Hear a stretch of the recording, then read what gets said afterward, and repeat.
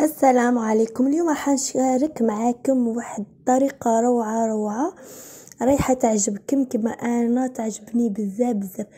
مش شرط تكون عندك ماشينة تاع الطرز، عادي تقدري تستعملي هذه الطريقة وتطرزي سواء الجبب تاعك ولا العبايات ولا القفاطن ولا حتى تطرزي لي دغا لي زارات، المخاد الوسيد اللي ترقدي عليهم، اي حاجه. تامنوا بربي انا هذه الطريقه مرات نستعملها في لي سوميج، ومرات نحب الماركه تاع غوتشي ندير حروف غوتشي ونحطهم على السوميج تاعي ونطرزهم بهذه الطريقه. هي هاد الطريقه تكوني تدخلي زوج الوان، زوج اقمشه مختلفين في الالوان، وتستعملي اكيد لي زابليك كما راكم تشوفوا. هذاك القماش الكحل راهو غير قماش. انا راح نخيط هاد عبايه قصيره، بما انه ما عنديش قماش باش تجيني طويله رايحه تجيني قصيره مع سروال. المهم راني سخفانه على العبايات، قلت معليش خيط عبايه. تحكمي هنايا ورقه ترسمي الديزاينو اللي حبيتي عليه، مثلا ورده ولا قلب ولا حتى اسم، مثلا حديري كادو العرائس، مثلا كادو لخطيبك، حديري له كادو وساده تديه معاك في جهازك، تكتبي له اسمك ولا اسمه وديريه بالاحمر وقلب في الاحمر، تجي فكره روعه. يعني ديروا اشغال يدويه في المنزل، خير تبقاو يعني تشريو دائما تشريو وتقدروا تصنعوا حوايج بيديكم كما راكم شفتوا الطريقه. ها انا واش راح ندير هاد العفسه، هذا الرسم. ومن بعد صاي هنا راني لصقتها على القماش كما راكم تشوفوا على العبايه تاعي، ورايحه ندير عليها لي زابليك باش تزيد تعطيها بهواء اكثر واكثر.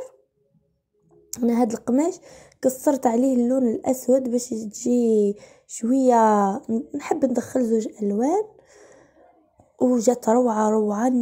النتيجه شوفوها في الاخير. والى عجبتكم هذه الفكره ما عليكم غير اشتراك، جيم، كومنتير شباب، ما تهربيش، مش تشوفي تهرب يعني تمسخر. انا والله دايرتها هاد قناتي غير نحب التصوير انا ونحب نشارك الناس. مهم دايرتها غير موهبه مش للربح ولا للرزق، معليش اللي يجي من عند ربي مرحبا به. لهنا راح نوريكم طريقة التفصيل.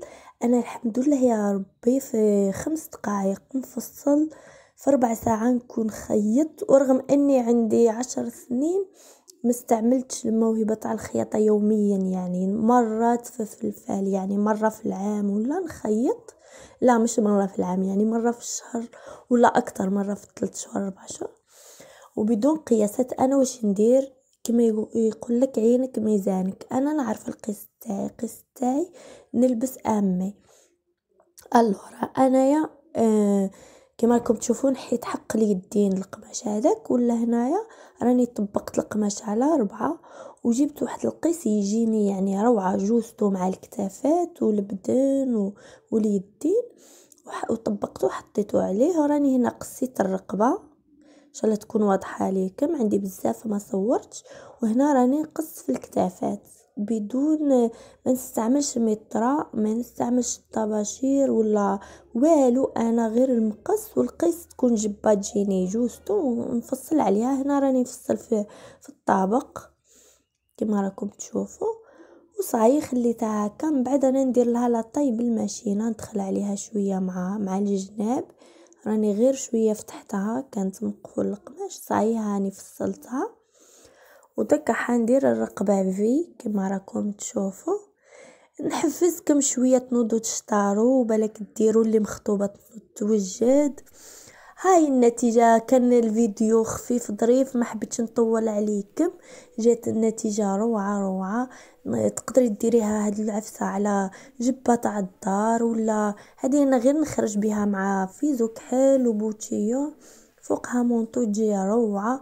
عجبتني انا كي نخيط حاجه وما نشريهاش نفرح بزاف تنمو، ما خسرتش عليها بزاف قماش ولا عفسه ولا لي زابليك، غير قامت لي 3 اورو يعني الحمد لله. وجات روعه. ضوت لي وجهي الالوان وش الله يكون عجبكم الفيديو تاع اليوم والفكره اللي درتها لكم اليوم. الفكره هذه تقدروا تستعملوها حتى على مثلا ليزارات المخاد. المهم الفكره هذه انك تقدر ديريها حتى بيدك الا ما عندكش الماشينه. مثلا ديري رسم اللي يعجبك ولصقيه على حتى تريكو راح تلبسيه ولا مخده راح تسديها. احنا كانت ماما دير لنا الاسامي تاعنا بالطريقه هذه على اللوسيد اللي نرقدوا عليهم باش كل واحد يعرف الوساده تاعو، ولا حتى على المنشفه اللي نمسحوا بها وجهنا كل واحد بالاسم تاعو على المنشفه تاعو ولا على الوساده تاعو باش ما يروحش يخربط في يرقد على وساده تاع خوه ولا تاع اختو. ربي يطول في عمرها ماما. خليكم مع تصاور حبوباتي. الا عجبكم الفيديو تاع اليوم ما تبخلوش عليا بجيم وكومنتير باش يشجعني نزيد نوريكم افكار اخرى، وخليكم في الملتقى ان شاء الله، والى اللقاء حبوباتي.